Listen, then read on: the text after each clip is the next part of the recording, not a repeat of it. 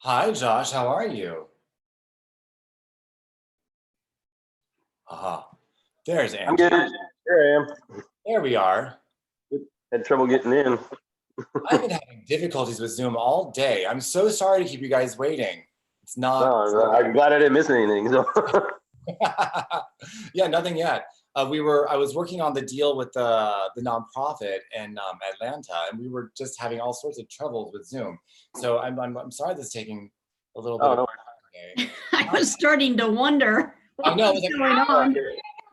I'm so Kept saying, hi. You look great. How are you, Angie? I'm good, thank you. Fabulous. So people are starting to join in and see what's going on. So just give me 1 second and I will get all this going for you. And I'm going to let Nelson start talking and being the fabulous host that he is. He's much cuter than me. Hi, Angie. Hi, Angie. It's a pleasure to finally speak together. And you and I have been connected on LinkedIn for quite a while. And Yeah, we have. yeah, and I'm so excited. And you and I share the same values when it comes to business, when it comes to sales, when it comes to marketing, but most importantly, when it comes to philanthropy and giving back to the community. And I just can't wait to get to know more about that part of you and your personal story. Angie, you're such an inspiration to me. I mean, I've gotten to know you and your whole journey into business and entrepreneurship and philanthropy that I'm like, you're perfectly in line with what we do. So let me tell you a little bit. And for everybody, if you haven't met my friend Angie, she is a pleasure. She is an inspiration. Jacob, did you want to do the stock market update first? Emily just now signing on. Hi, honey. Perfect timing, yes. And we've had a lot going on. So we do, yes. So let's go ahead and give Emily her stock. So this is, those who don't know, we have been doing Stock Market Survivor for 2 months now, right, Emily? Yeah. And we just had our final class of season 1. It went by fast. Didn't it? It was Oh. really fast. This is not working on okay. So, so Emily, what's going on today in the stock world? Nothing. Not a damn thing. Not a daggone thing. And I probably think it's going to remain that way until 1A or B. My mom always used to get mad and go, first of all, so she would go 1, and then the second time she would go, and B, so let me do it that way. So first of all, we still don't have a stimulus package, and B, we have an election coming. So, just anticipate really pretty much nothing much going on in the markets in the next couple of weeks. All I can say is if you have a long-term portfolio, just, be on the lookout. Could see some volatility leading up towards the election or post-election, but for right now, in terms of trading, there's really nothing much happening with the market, and it's also earnings season. So we are heavy in earnings seasons. All the companies are reporting earnings this week and next week. So, as traders, we really avoid earnings because you just don't know which direction the stock will move after it reports earnings. So it's really not even a time that most traders trade anyway. So yeah, really, it's just flat. It's really been flat. So there is nothing to report other than it's just flat. It's just flat. Yes, but I do want to say thank you to all the people that did join us for our stock party. What do we call it? Stock Market Survivor. Yeah. Stock Market Survivor. There you go. Say that 10 times fast, right? But yeah, it was really fun, and I look forward to the next segment when we get started with that. But it was really fun. Yeah, and so part of what we teach here, by the way, Angie, just so you know, we are a group of we're a mastermind really, but we are about teaching a little bit and then doing it. Like it's an action thing. So in order for these individuals to go and do another training, they have to go and do 50 paper trades, and then Emily's going to say, okay, let's start doing options. So it's really very cool, and I'm very excited. And you did a great job. Thank you. Thank you for having me. Hi, Angie. Sorry, I did not mean to interrupt whatever you guys had going on. Oh, look at you. I got money glasses for your session. Love her already. Right. So, Just picking my page. So now that we've done that, Nelson, by the way, Emily, Nelson was just saying how amazing Angie is. She's been a supermodel for 15 years. She was in the cover of swimsuit edition of whatever. I'm done. I can't. So I'll take That was over. good though. That was really good. I'll take it. To Jacob's point, Angie, you are talking to a mastermind group of entrepreneurs and business owners, and we use our financial and real estate investments in order to not only build our own portfolio and develop wealth, but we also give back to the community. So I shared with you how we actually acquire properties and house at-risk youth and at-risk populations. And our last acquisition was in Colorado. I know. Colorado Springs. So Yeah. I'm in Denver. Who was down working on that house? Me, Jacob, Pamela, the three that you see There were- here. Yeah. There were 12 of us. We're our large group is about like 125 people. So do Jacob or Pamela, are you guys in Colorado? Like or did you guys travel across state lines to do that? Yes. So Wow. we started our I started my nonprofit. It was mine. Now it's not. Now it's everyone's.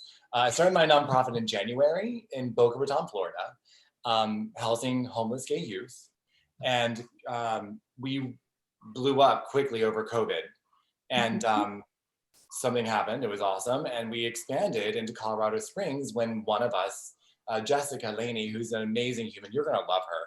If you're in Denver, you'll love her. You'll meet her. We'll make sure that happens. Okay, cool. But she was stationed to Colorado Springs, and so she got an 8-bedroom, 5-bath house, and we opened up another location. So Wow. 12 of us flew out there, but almost 2 months ago now, and we remodeled as much as we could. We put in new floors, painted everything, put in new electrical stuff. We had. Yeah, I saw the pictures. It was So- amazing. Thank you. Thank you so much. So that's what we're doing now. We're trying to expand into Atlanta and DC. So we're constantly working something. So Yeah. I'd love to meet her. She'll probably know, there's some other joint nonprofits that work with teens. And I think, Nelson, this is probably what caught your eye as I did a post about, helping kids or loving kids. And there are a couple organizations that Urban Peak is one that's in Denver. And then there's a mental health center for teens. It's called Emerson Street. So those are two that I know of. I'm going to post in the chat. That one has some really interesting statistics, and it talks about how the majority of homeless kids tend to be from the LGBTQ. I'm sorry, I don't know the whole. from the alphabet. Yeah. Right. Yeah. What did you call it? The gay alphabet. The gay alphabet. I Yep. like that. So anyhow, that over 50% are from that community, and with a large portion of them being young boys. So, those type of statistics are really the things that allow organizations or people who love helping kids target how are we going to help them? What are the issues that they face? If there's a place like Urban Peak, if we know that, they help homeless teens, if they know that the majority of them are from the gay community, then what kind of programs and specialties do they need to implement in order to help that larger population of the disadvantaged? So I love what you guys are doing. I mean, it's definitely right up my alley. I think kids are really special. They are the future. And just when I think about that demographic of homeless teens, right? And if a lot of them are, facing troubles at home that force them to go on the streets, just imagine the tenacity and the ability to even be who they are, to stand up for that. And, I'm sure I'd imagine that's what some of these stories are. They're heartbreaking. Mm-hmm. Within the 70% of kids that find themselves homeless in the LGBTQ community have to resort to prostitution in order to find a safe place to sleep or to buy food within 72 hours of leaving their final home. 72 hours. Unbelievable. So we have a fine window. Now we do more than help. Just my home here is a youth home for youth being 18 to 25, and the Colorado Springs house is really older. It's 25 and up. So we're using that home as a way of teaching those people how to run one of our houses, so that when we open up other homes, they can go and have a home and they can help other members of our community as well. So it's trying to change the conversation around homelessness and giving the members of that community the tools to support itself. And the model can be transferable. They can be learned for veterans, for battered women, single mothers, for, I was gonna say animal shelters, but different story there. But for anything that's human, they can be transferable to help. And it's been an incredible roller coaster, and I have the most amazing people here with me, and I'm so blessed. So thank all of you again. But anyway, good, continue, I'm sorry. Oh, it's okay. Where are you located, Jacob? I'm in Boca Raton, Florida right now. I'm looking to relocate up to Atlanta because it is the home of civil rights, or DC, one of those two locations right now, but I am gonna keep a home open here in Florida. Oh, very nice. Yeah, the Polaris Project, they have a like a heat map, and it shows the hot spots for trafficking, and it has a lot of interesting facts about trafficking, and the niche here is that they're trying to help kids, but trafficking is also beyond the sex trade, which that part just rips my soul. But it's interesting that some of the other trafficking is like landscaping, or construction, where young kids who are very vulnerable end up basically kind of being a slave worker. 81% are trapped in forced labor. Yeah. 25% of them are children.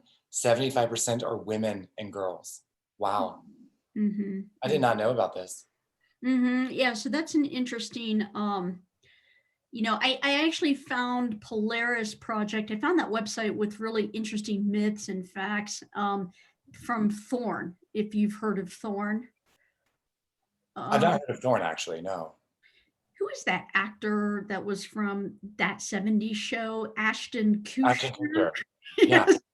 So he was a part of the launch of Thorn, or somehow involved with it. So if you look up that organization, it's one of the larger organizations that fights child sex trafficking. Thorn. And that's what led me to Polaris. So yeah, there's so one of the things that really got me interested in unfortunately, child sexual abuse and ways that we can help with it is a friend of mine. I was always an advocate of children and where can the deep impact happen. And I always thought it was education. And of course, education is always a vast part of anything that we do. But what this person actually told me, she's a psychiatrist from Chile, and she had said to me, the biggest underlying problems that people face is sexual abuse. And even if they didn't end up running away, the consequences of what happens to them internally as an adult, it leads to drinking problems, addiction, prostitution. But she said, hey, look, I can go out and I can raise money for child cancer all day long. She said, but as soon as I talk about sexual abuse, no one wants to touch it. Oh my God. And it's a topic that it definitely is, it's a hard topic. So it's, unfortunate that there are different challenges that as we try and encourage people to, I always tell people, pick a passion, whatever that might be. It might be the environment, it might be animals, mine happens to be kids.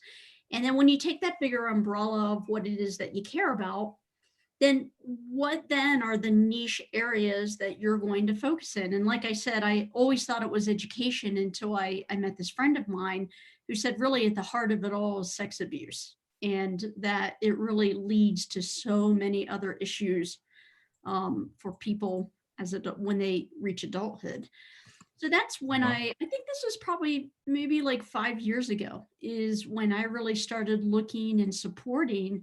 I'm a big believer that whatever your passion is that you want to support, especially if you have a salary job, commit to a monthly auto withdrawal. Pick a nonprofit that is making a big impact, because $20, $25, higher salary people, $100 is not much to give every month, and just go on the auto withdrawal. Pick an organization and research that organization, see what their impact really is. How long has it been in place? What are the results that they are getting? And definitely shop pretty hard on the organizations that you want to be involved with. But, for years, I always did sweat equity. I was a volunteer, and those things are very valuable, but put your money where your mouth is. I agree 100%. And you said something that was so profound. It's interesting. Since this is not streaming, apparently, I feel like I can share this. I was in 7th grade when my brother was assaulted, and it destroyed our family completely, to the point where my brother and I no longer grew up together. He had to go live with my father, and I had to live on my own. And to know how it felt, to feel helpless, not being able to help my family, and seeing how it impacted my younger brother, how it destroyed my mother, and to see how even to this day, the ramifications of that, it becomes generational, because what happens can't be undone, and then his kids see it, and it just continues this path. And if we don't start talking about these issues that are here, and they're so common, if we don't have these conversations, we can't fix the problem. So thank you for having that conversation. Yeah, and I can see why most people tend to avoid that conversation or even advocating, because it is I consider, it to be an absolute evil. Who would ever want to do that to a kid? And so I think on it often, but all I can do is sort of share with people what I believe and what I do, and how I strategize in ways for bigger impact. So what are some of your strategies for bigger impact?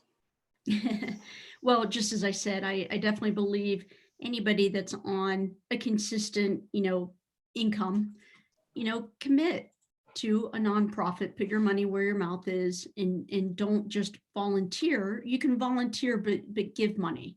They need money to run these organizations. It's true. Yeah, it's sure. But again, volunteering is great, but I think that, imagine if you get 20 donors that all donate $25 a month. That goes really far for impacting, the people that they're helping. And there's a lot of really wonderful, nonprofits out there. And I feel that, get to the point where you're asking the hard questions to understand, that unfortunately some organizations, they're using the money to do a lot of lunches. They're doing a lot of coffees. They're doing some things that I don't think are the best uses of the nonprofits and I'm a little critical on that, and I think I have a right to be. And so ask those hard questions of, what are your goals this year? And keep the questions focused and fewer, and there's no need to bog down the team, by burdening them to figure out what's going on inside the organization, but ask enough, and use their time just enough to understand. And then do an annual check-in or do a 6-month check-in. And I think even just arranging a 15-minute, don't take up an hour of their time. They're busy. Right. They're busy helping kids, but do check in at least biannually. Go in and at least swing by the organization to see how exactly are they helping kids. What's your guys' focus? What are you seeing? What are you seeing as far as the biggest needs? for Emerson Street, which is a part of Mental Health Center for Denver. The one center that they have that helps teens, I met with them like by phone, maybe about 3 weeks ago. And that's the organization that I do monthly with, auto deposits to them. And, I'd ask them, especially now in COVID, where are the biggest needs? Like, what do you guys need money for? At one point, they needed money for Lyfts and Ubers because these kids would go to the center and they didn't have an adult to drive them back wherever it is that they could go, and so they said to me, well, we really need money to pay for these Lyfts and these Ubers because we don't want the kids taking public transportation home. Yeah. Yeah. I will tell you this, and something that most people don't realize, things are so different in the world. When I was kicked out, I had my car, but I didn't have a cell phone, right?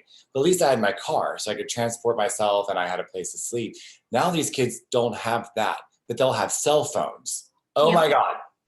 They will have multiple cell phones and they will show up and they actually like brag about the phone. It's hysterical. And they're always on them anyway. So they need extra because they die. It's ridiculous, but they can't get anywhere. Right. So I've been trying to get in touch with Lyft to see if they would, if they would sponsor any of our, oh, that's a great, yeah.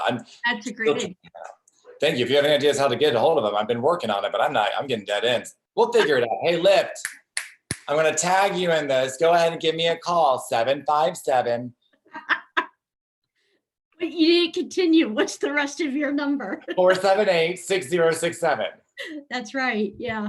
So we all need to vibe on that one because it's possible. I mean, you can definitely get that sponsorship. It's just a matter of the right timing and the right person. And I think it's important for companies like that if we find that they're a resource for helping, it'd be wonderful to have them involved.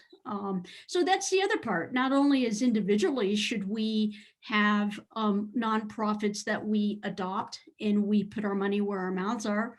I think every company should adopt a policy in which that they either, maybe it's broken up by teams, like the engineering team decides to help X, Y, and Z, and then the sales team, adopts this nonprofit.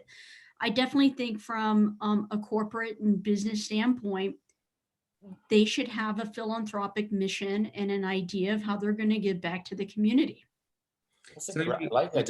have you on that idea, Andy? What is it that you do professionally, and then how did you find yourself in the nonprofit world and balancing between the two? Many of us are trying to balance that as well.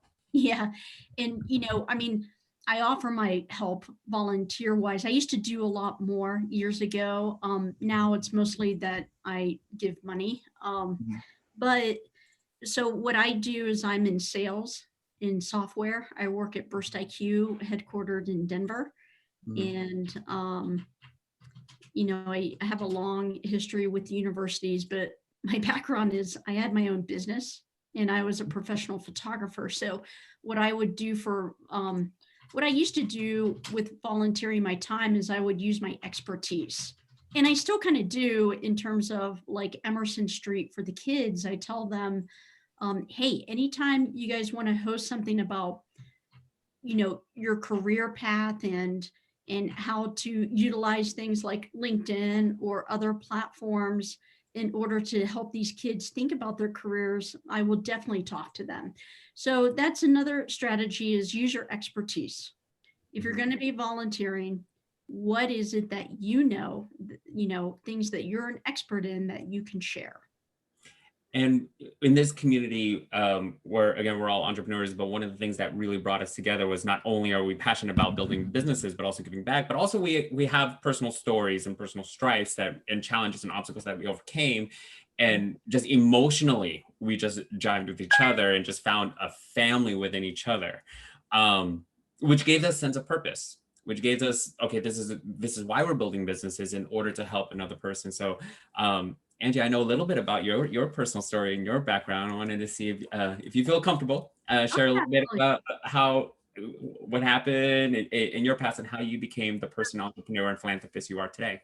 Yeah, I'm an open book. And as many of you know, when we talk about our past, it's almost as if like this other person, you know, but it is a part of our past, and we see it, it's sort of over here, and we refer to it, but we're not stuck in it, right? And so my past story is, I tell people, my mother is Thai, right, which is generations of Buddhist monks who married an Appalachian redneck who had generations of Baptist preachers. And so it's kind of funny to use as a reference, but the movie Deliverance, like that small mountain town type of, that definitely was an aspect of my reality growing up. I definitely know, parts of West Virginia that are extremely rural.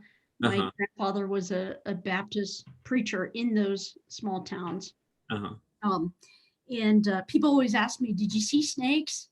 I'm like, no, I didn't. But that doesn't mean they weren't around. I definitely watched, river baptisms. And my dad met my mom because he was in the Vietnam War. I'm a product of that. And, growing up, knowing that my mom was facing challenges of being probably the only Asian person for miles where we were. I grew up with people making fun of her accent, just kind of mocking her or pretending to talk in an Asian language when they don't. And that definitely was hard, because I'm in between, and I'm listening to the kids do it, but then this is my mom. So you want to be one of the cool kids. Yeah. So you just kind of suck it up. And even though you don't really want to suck it up.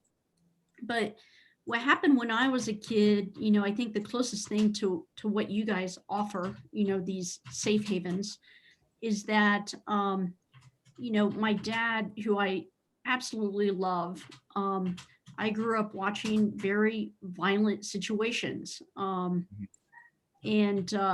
it definitely impacts my sister immensely. Not that it doesn't impact me, but I think she had a harder time forgiving my dad. But we would watch him, beat our dogs. I mean, it was just awful. And then the thing is we ended up in a women's shelter, and I can speak firsthand that without these resources for people to go to, there's nowhere else. I mean, we would have been on the streets. There was no other place for us to go. So luckily, and again, this is the beauty of the volunteer aspect. We were in a small college town, but we were escorted there by the police late at night.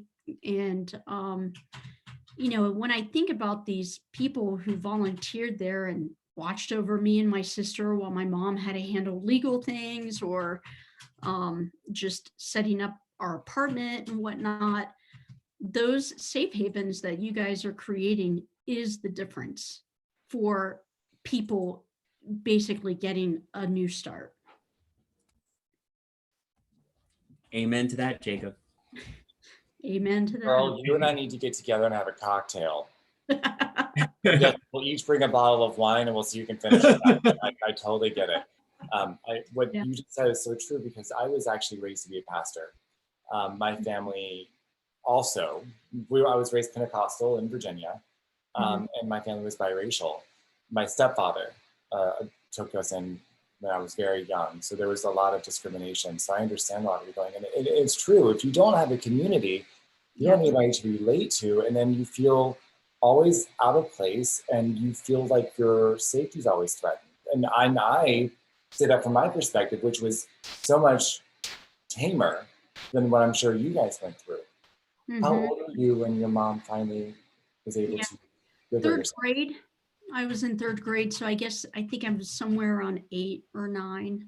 And I'm the oldest. My sister's like 15. She's just 15 months younger than me, the Irish twin thing. My brother's 15 months younger than me. Girl, who are you? Hush, you. Oh, sorry. Dogs. Mine usually start barking when they hear other dogs on Zoom. But so, you know, regardless of having that background or not, everybody cares about something. You know, everybody cares about, um, again, you know, pick what it is that you care about. You know, ours, we collectively care about kids. And as we look at how can we really help kids, it led us to this path of the ones who are displaced.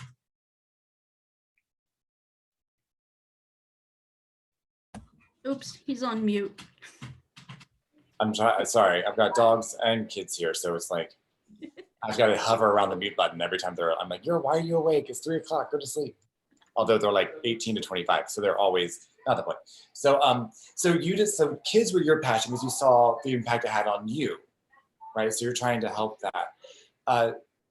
And by the way, I love that organization in Denver. I actually was trying to meet with them when I was there 2 months ago. I didn't have the time, but I would love to get to know them and see how we can support them. So if someone wants to, how would someone, let's say that, guys, 1 second.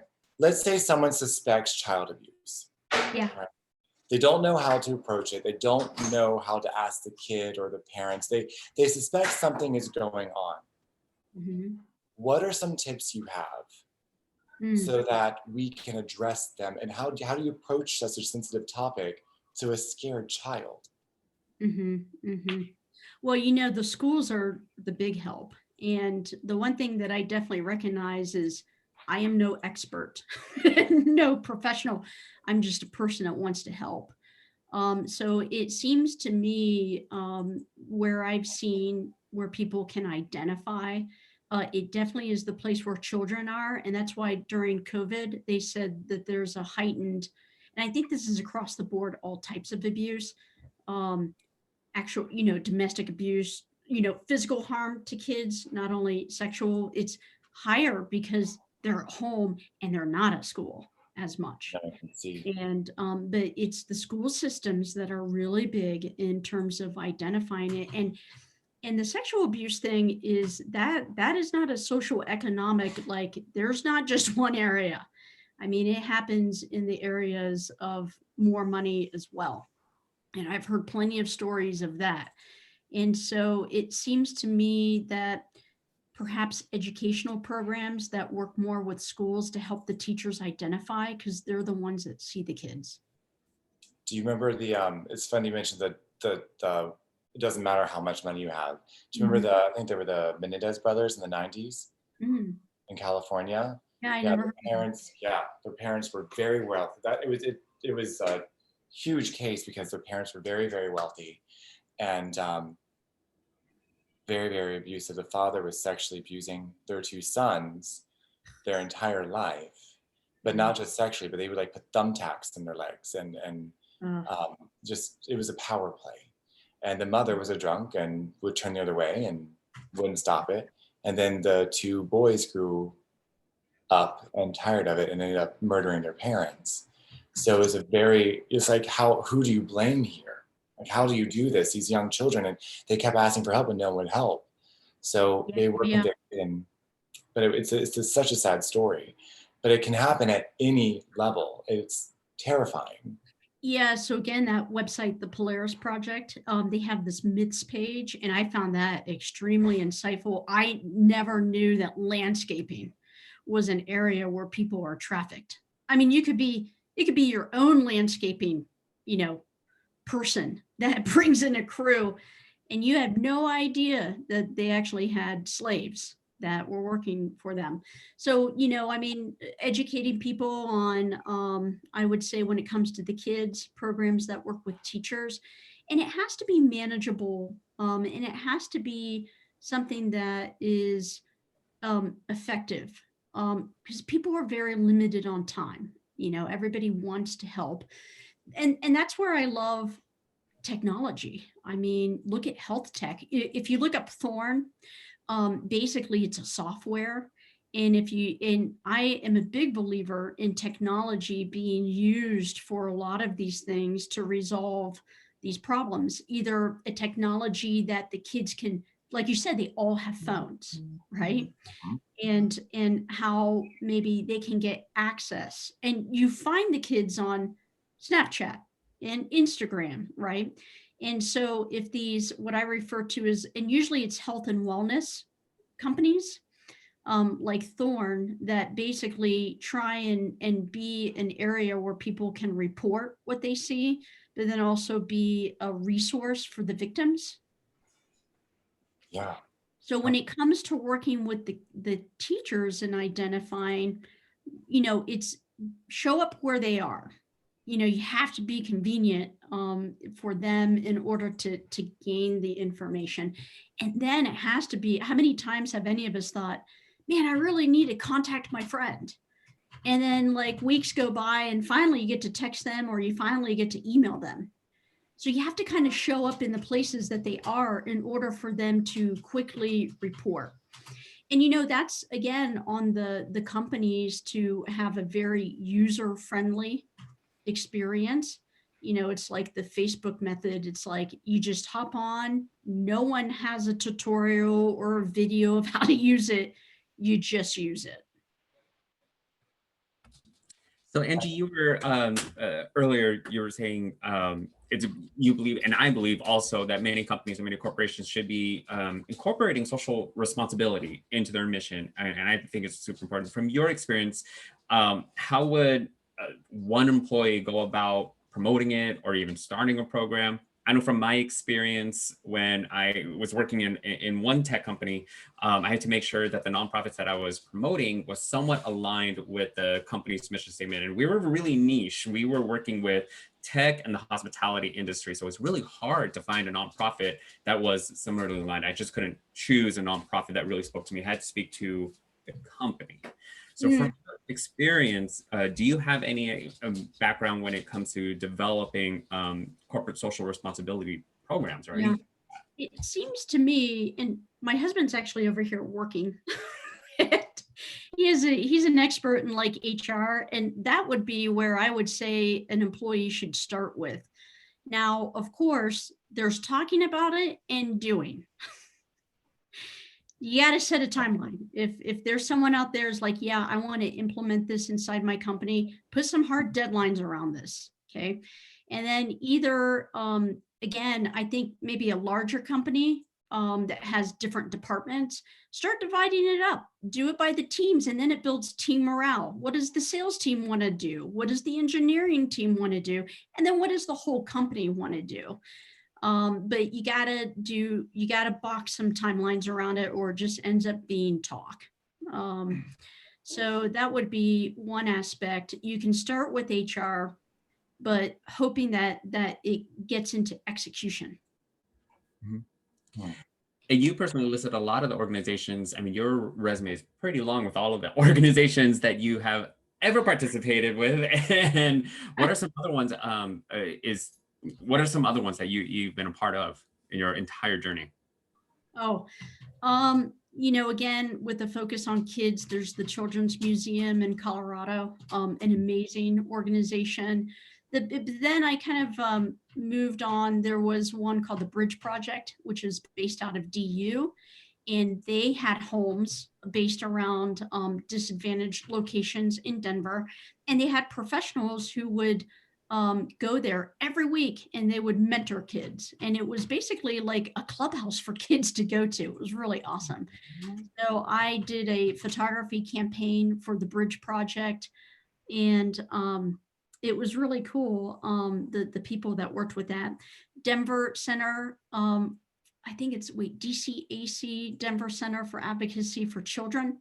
And that specifically is one that targets cracking, sexual abuse in particular. So some of the programs that they have is donate your stuffed animals to them. And what they do is sometimes these kids, they end up, at the police station with nothing, like their parent or them, or they've been, basically pulled out of their home. And so having a box of stuffed animals that they can give to the kids when they're there.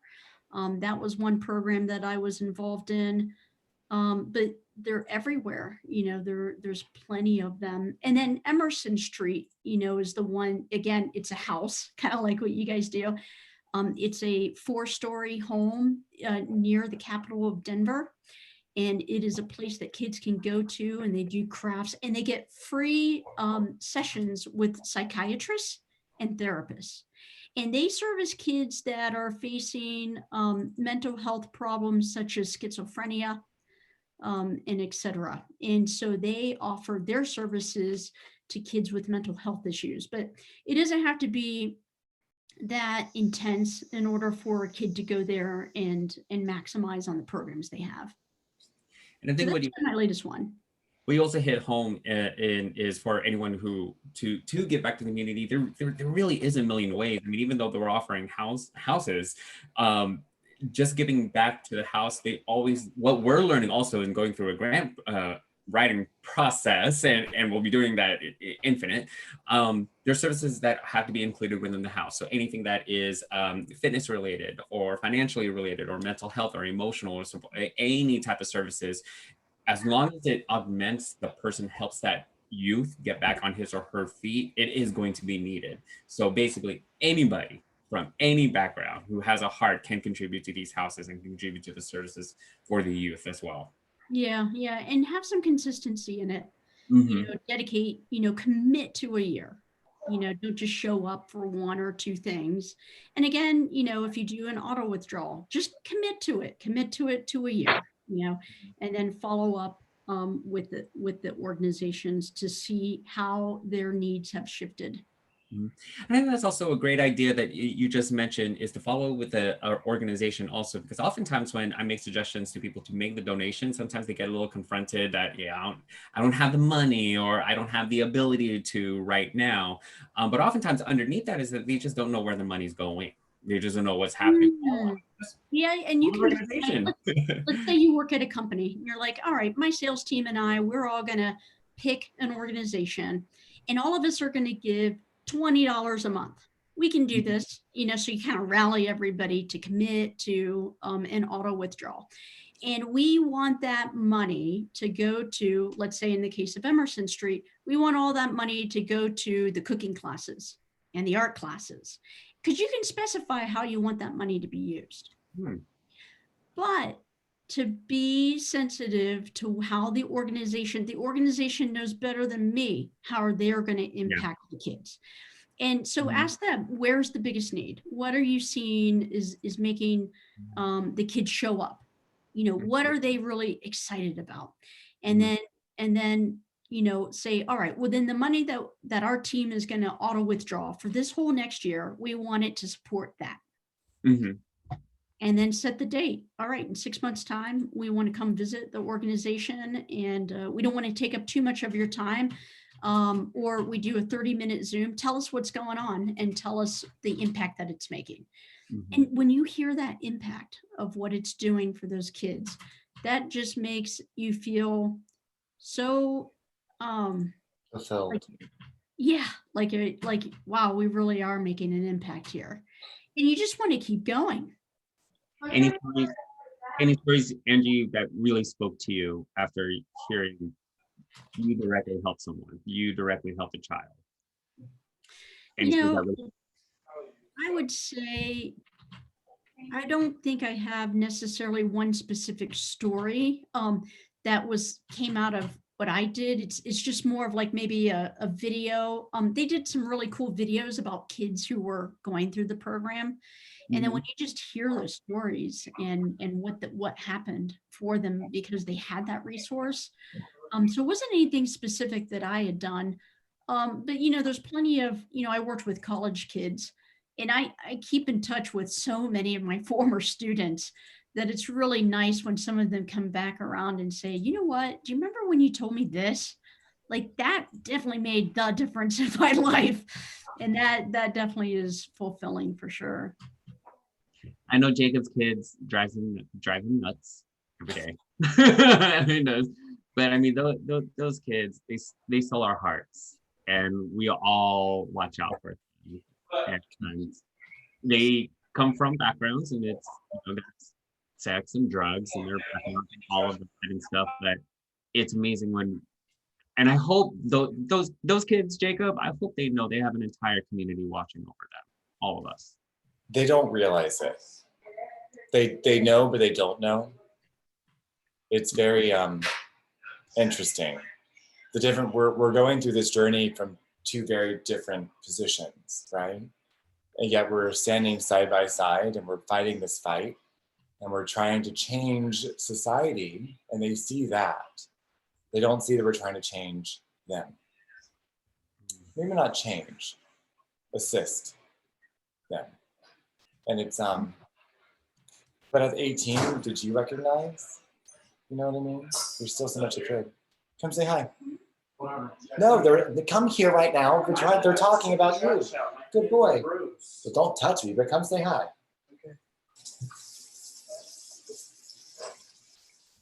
I'm not Catholic, but still. Okay, that's wonderful. I'm so glad. I wish I got him to clean all the time this way. You can have guests over all the time if you can clean like this. I mean, we're in Corona. No, you can't. 6 feet apart, social distancing, wear a mask inside, and like, wear a shield when you take a shower. Come say hi. This is Marcos, as he goes by now. Hi. He's one of the kids in our home that we're supporting. Who are they? James. But Angie, why don't you introduce yourself? Hello. Hey, how are you? Good. How are you? Good. How would you like him to know you? Oh, I'm just Angie on LinkedIn. So Angie does a lot of philanthropic work as well. And she's actually in Denver. Okay. She does a lot of stuff with our community and people like us as well. She helps kids. Oh, solid. So yeah, she's our host right now. Yeah. Good to see you, buddy. Yeah. Hi, Pam. So Nelson, that was a great question. Why don't you ask her? So do you know, Marcos, do you know how many people are watching out for you? No, Well, probably not. I mean, Jacob tells me there's a lot of people on our team, but there's more than that, obviously. Well, you just added one more. There's Angie. So there's like 101. Yeah. There's a lot of us looking out for you and taking care of you. And stop driving Jacob nuts. Great lately. He's actually been you've been kind of kick-ass lately. I've been solid. Yeah. I just got another application. I'm gonna try to work at the pizza place. Wonderful. We're still haven't Friday quite and gotten him to Saturday. understand that the Amazon store could solve a lot of these financial problems of his, but we're working on it. It's Step at a time, one day at a time. We're getting there. Yes, we are. But hold on, watch this. So Angie, what we do when the kids come into the home, because it's not Maslow's hierarchy, they have to, food and shelter, otherwise you can't do anything else, right? So we have to get them the ability to sustain that. So when COVID hit, we had to change our business model right away because they couldn't go out and find jobs. And so we opened up an Amazon store so that they could sell items on there to make income. Well, that was the theory. Amazon then stopped non-essential services. So we had to keep doing all this other stuff. How many things have you done since you've been in the house? Like, what do you mean? How many things? Like how many courses and stuff have I tried to I force did on you through? the social media course. I started the psychology class. Mhm. The real estate, stock market. Stock market survivor. Just things to keep me busy and out of trouble, really. But also like learning things too. Have you actually enjoyed it or not? The social media class I did because it did help my social media, and then I also critique like other people's kind of things. Ah, yeah. The he's teacher judging. learns more than the student. Yeah. So, but at the end of the other day, yesterday actually, we have a rescue that's coming in. We're meeting on Sunday because it's not pressing. But what Bailey, they are looking to do is they want to do this intelligently. So even though Bailey will not be living in the house right away, Bailey can still have an Amazon store that we can teach. So Marcos, when you actually found out that all the work you've been doing could help someone else. It was nice. Yeah, it was kind of cool to figure out like what we're doing from scratch is like helping someone that just became a situation that we were before. How make you feel? Like grateful in a way, and kind of just like self-worth was big too because it's kind of like I'm doing something wrong with my life. It's good to know. Very cool. We got more and more kids and more houses to open. Angie, long-term vision. I mean, we're already working with another nonprofit housing. Gosh, the person that we work with, I mean, she's been orphans, over 900 orphans over like 26 years. Very, very long career. And so we're working with them, also taking them in the investment party. Long-term goals. I know I've been working with Jacob in order to launch the investment party scholarship fund. So I've committed myself to donating $50,000 every year to help at-risk youth go to school. If I could reach that goal, I know I made it. Like that's baller status. I'm excited to do that. It's so cool that once we, as entrepreneurs, found that purpose, and we also found each other, and again, a whole sense of family, that we just kind of started feeding each other. So many of us have ideas of having a for-profit business as well as a 501c3, or Jacob nowadays, I don't know if it's called an L3, right? LTC. Yeah. LTC. Or benefit corp. But I really like what you said, Angie, because I hadn't thought about what Angie said about having different departments sponsor different nonprofits. And that's actually what we're creating, because the model is so transferable. So I liked what you said about have the sales team sponsor one and then have the HR department sponsor another. We don't have an HR department. We're very not safe for work, Angie. And we curse a lot, and we are constantly drinking. So Jacob won't let us have an HR department for a while because we would all be fired day one. Actually, and when we do, Pamela is our HR director. She's our HR mistress, and that's what it's called. And she has to show up to work probably in something leather with a bustier and a whip, and that's how she gets things done. I mean, this is our organization. It's exactly how I get things done. I'm scared to tell her no. I really am. Oh yeah, right. Yeah. Oh, yeah. But it's a great way to build, team camaraderie, because they're deciding on something together and they can feel good about it. And then if some of the departments are too small, you just combine them. Yeah, why not?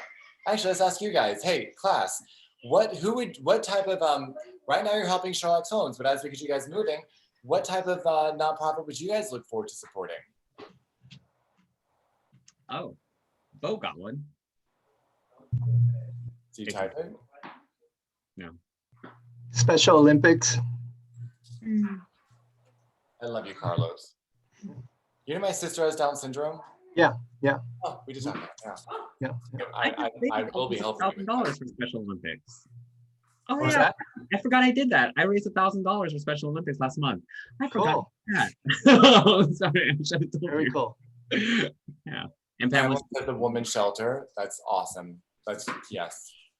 What about you, Josh, James, Bo? I know Dusty and I have talked a lot about wanting to help veterans. Something that's close to our heart.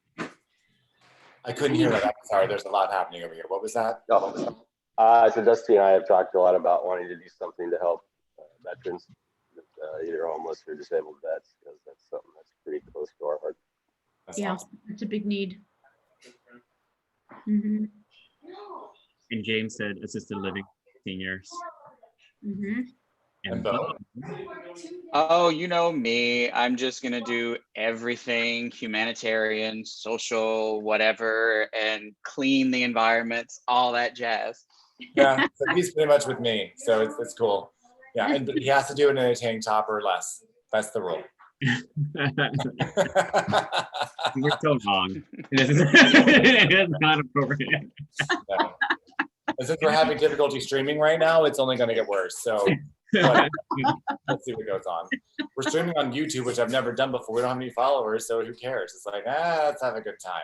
But, We shared about what we want to do. Angie, what do you want to do going forward? What's next for Angie? how can we support? Yeah. You're Yeah. part of the family now, Angie. You're not going anywhere. So what's up? Yeah, I think taking a closer look at the organizations like Thorn that have a health tech aspect and that have an app that kids can directly access. I haven't taken a closer look of what exactly the app is or what exactly it is that they do, but it's something around data. So I would want to do some research and find the health or like the tech companies that actually directly impact. But you know, partnerships are really great as well, like what you were talking about with Lyft. Gosh, there was another idea that I'd had, kind of escaped me. Oh, I know what it was. Assisted living. There are some programs out there that are pretty interesting that I think you guys could potentially explore. You'd have to have some pretty tight training, impactful training. But when I was at the university, I had learned about some senior living homes because the people who they basically buy their condo, and it's usually a 2-bedroom or 3-bedroom condo. And there were programs out there that would allow a college kid, a disadvantaged college kid, to live with the senior and fulfill certain duties. Like they were in charge of trash, they were in charge of Grocery shopping, dishes, helping them with the medicine. but they had a free place to stay. They had to earn the stay. It's a But work- then also it allowed, I feel so many college students, they're in this bubble where the only people they know are in their age range. And it exposed some of them. There are some really wonderful stories of these college kids who are like, this person, you know, who's like 85 years old is like my best friend. Like we talk to each other every single night, and I've learned so much from her. And then the person has someone there that, you know, I had a friend who lived in senior living. I mean, she was on the ground after a fall for like 4 hours, you know. And so there's technologies to help the seniors, but you know, let's face it, it's the human connection that, you know, the technology is to assist it, not replace it, except in the areas that it can't truly be automated.